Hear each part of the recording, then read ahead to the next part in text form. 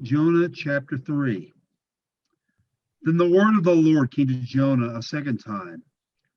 Go to the great city of Nineveh and proclaim to it the message I give you. Jonah obeyed the word of the Lord and went to Nineveh. Now Nineveh was a very large city. It took 3 days to go through it. Jonah began by going a day's journey into the city, proclaiming, 40 more days and Nineveh will be overthrown. The Ninevites believed God. A fast was proclaimed, and all of them, from the greatest to the least, put on sackcloth. When God saw what they did and how they turned from their evil ways, he relented and did not bring on them the destruction he had threatened.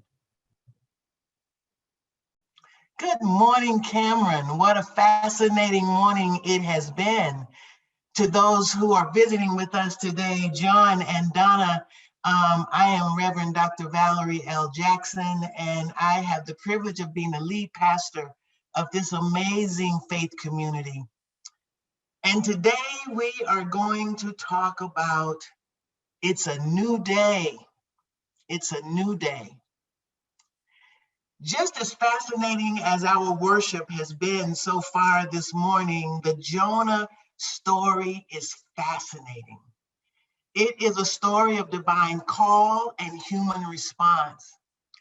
It is a story of epiphany and new birth, a story of human and divine collaboration, and a story of repentance, forgiveness, and reconciliation.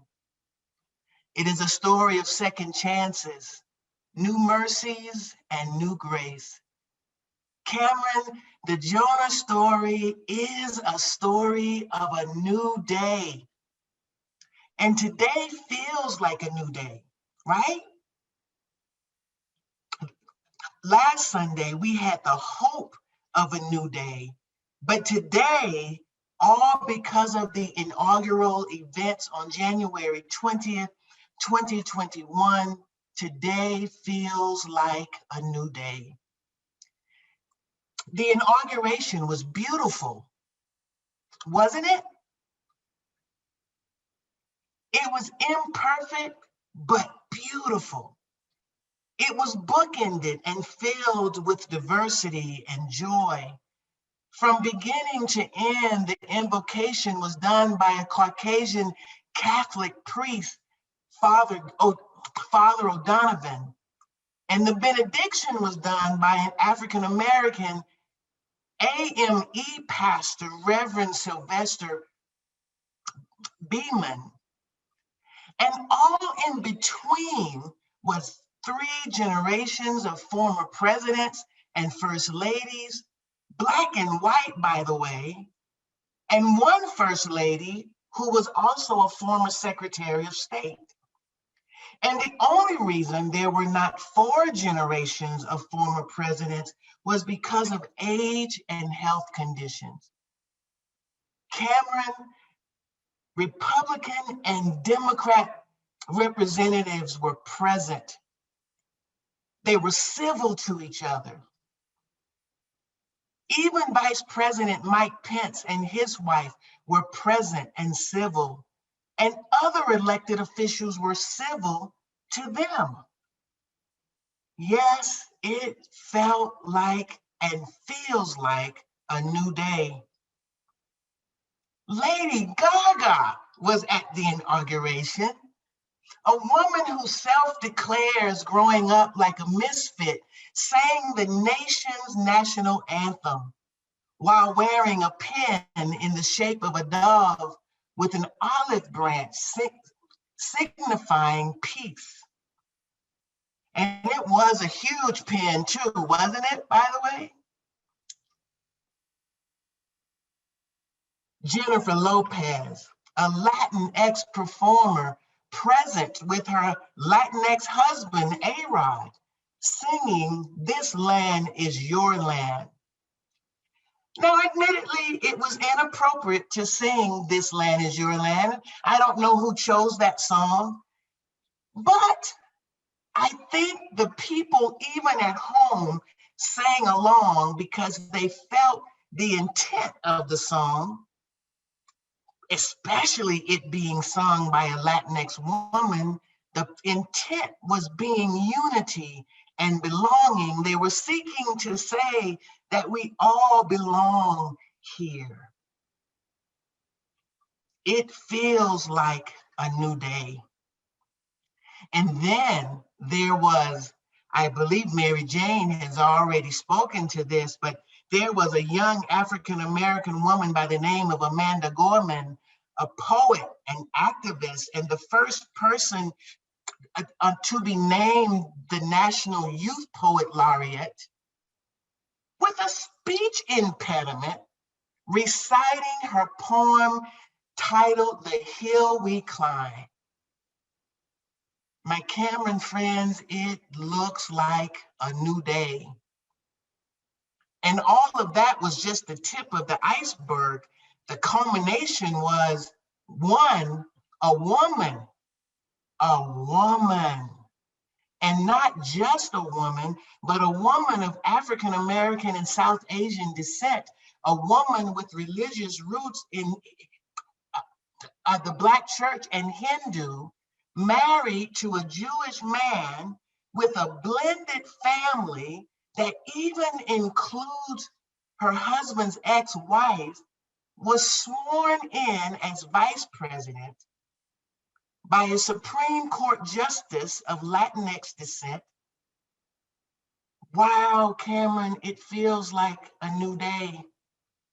And then a Caucasian man, originally from Scranton, Pennsylvania, of humble beginnings, also with a speech impediment, a devout Catholic, and let's not take that for granted because it was not always accepted for Catholics to be elected as president. Thank you, John F. Kennedy.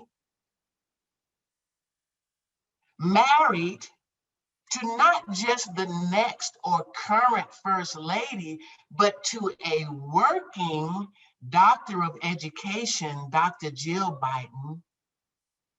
Joe Biden was sworn in as President of the United States by Chief Justice John Roberts. How did you say it, Amber? A Catholic, a woman of color, a teacher, and a Jew walked into the White House with a rescue dog. No punchline, just amazing progress. Cameron, am I forgetting anything? How else would you describe the wonder, the beauty, and the joy of January 20th, 2021? Please add it to the chat. What a contrast to January 6th, 2021, right? Yes, it feels like a new day. It feels like a new day in Nineveh. Oh, I'm sorry, a new day in the United States of America. But it is uncanny, the similarities of America and Nineveh. You've kind of heard the story already from Pastor Denise. The Jonah story is a fascinating story. Jonah minding his business as we all are often doing, and then here comes God disrupting things. God called Jonah and told him to go to Nineveh to proclaim to them the error of their ways. God wanted to save Nineveh, to transform Nineveh, but Jonah didn't want to go, and you know, I can't really blame him. What about you? Because oftentimes those who rise up going to declare what they believe to be a message from God are not really well received. They aren't popular people. They often don't even make a lot of money either. And some of them are even killed. So you can't blame Jonah for not wanting to go. And instead, Jonah went in the total opposite direction. He jumped on a ship going to Joppa. And Jonah was so comfortable going the opposite direction of where God told him to go, he went to sleep on the ship, and suddenly there was a storm, and everybody began to wonder what is going on, who is causing this trouble. And they found Jonah asleep. They awakened him and threw him overboard. I am fast forwarding through this story. And Jonah, according to the sacred text, found himself in the belly of a whale. And whether that is literal or not, we don't know. But the main thing of the story is that he found himself in a holding place, a place for him to rethink his decisions. And then fast forwarding again, Jonah in chapter 3 wakes up to a second chance. God calling him once again to go to Nineveh, to proclaim to Nineveh the error of their ways, to proclaim to Nineveh that they can be better, that they have the potential to be better, and that they have a certain amount of time to change. This time, Jonah jumps up and goes with haste and enthusiasm, and he declares to Nineveh the message of the God, just as you heard Pastor Denise say, and Nineveh received the message, they repented and changed. It was a new day, just like we are experiencing here right now in America. Just as Jonah was called by the divine God, by the divine universe to go to Nineveh to proclaim change, President Biden and Vice President Harris have been called by the people and established by the Constitution to proclaim to America who we are and who we can be. And we wonder now, can America really become what it can be this time? What it has proclaimed to be? Will this be a perpetual new day, or was it just one new day? On the one hand, Cameron, I want to jump up and down and sing like Dorothy and Glinda and the Munchkins in The Wizard of Oz. Ding dong, the wicked witch is dead. And before you start judging me about my excitement, think about how insensitive it is to expect a woman to politely grieve about the disappearance of someone who molested her or raped her.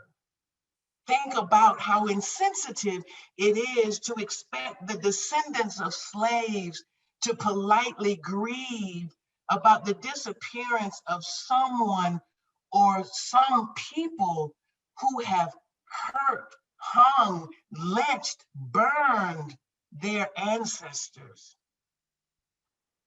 Think about how insensitive it would be to expect persons who are able differently to politely grieve people who have made fun of them.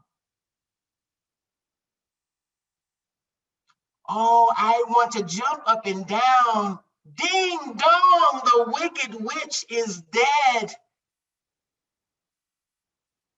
But, you know, we've done this before. In response to the civil rights movement, we have written and changed laws, but we as a people didn't change. Therefore, the laws could only sustain us for a limited amount of time before the bows would break and all hell would erupt. Yes, Cameron, it is uncanny, the similarities of America and Nineveh, and Biden, Harris, and Jonah. But this glimpse of a new day feels so good, doesn't it? People are laughing more. Didn't you just love the Bernie Sanders memes? Did you see Bernie even visit Cameron? People even say they are sleeping just a little bit better. They say that they are daring to hope again. I don't want to lose this feeling of a new day, do you? However, I'm reminded of a conversation I had with a friend of mine this week, a clergy friend who was once a nurse. And she told me about the many days that she was so amazed at the number of patients that did not look their age. She was amazed at the number of times that she would think that someone was in their 40s or 50s, when in fact they were in their 60s and 70s and even 80s on the outside. And then she said, but the x-rays would always tell the truth. The inside always revealed the true age and condition of the people. So I wonder, will we maintain this new day? Will we do the work that is necessary to make our insides look like our outsides? Because right now, the only difference between the outside and the inside and the old day and the new day is 8 million people. That underbelly still is here. And I don't know what's worse. I don't know whether it's better or worse to have them on the front stage so that we can see them and hear them and know what they're doing, or to have them off the stage and we can't see them and we no longer hear and know what they're planning. So will we do the work? Will we do the work this time that is necessary so that a parent will never, ever again know the pain of seeing their child beaten and tortured and left to die on or near a fence simply because they own their identity as lesbian, gay, bisexual, transgender, or queer? Will we do the work necessary this time to ensure that women never ever again are objectified or feel that they have to choose between violating their bodies and keeping their jobs or pursuing their dreams, or even having to endure mansplaining? Will we do the work, Cameron, that is necessary so that a person abled differently will never again have to know the horror of being laughed at on national television and made fun of by someone that can actually do that and still be elected president of the United States? Unbelievable. Will we also, though, do the work that is necessary to ensure that every facility in America is ADA accommodating? Will we do the work necessary to understand what is wrong with singing "This Land Is Your Land" if it's not a Native American who's singing it?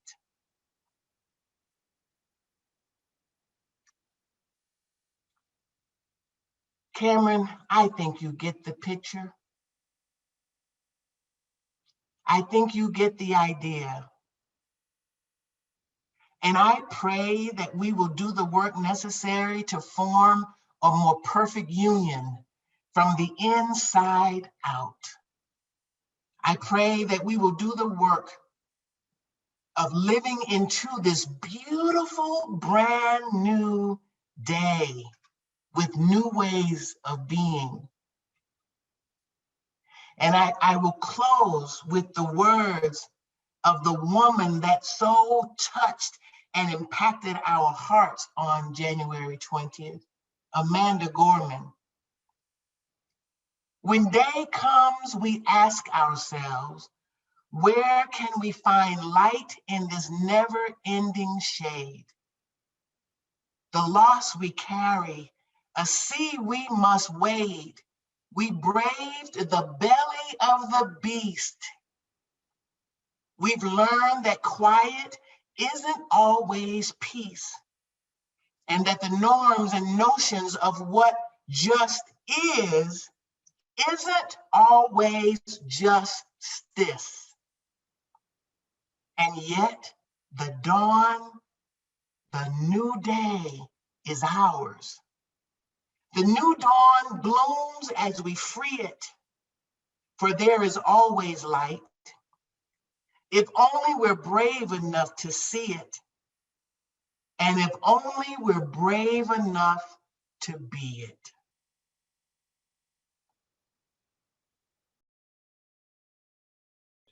Linda Ray and Emily, that was absolutely beautiful. When I first learned that you were going to do this song on today, I was so excited that it would bookend the inauguration, because the words of this song, President Biden quoted them when he in his victory speech in November.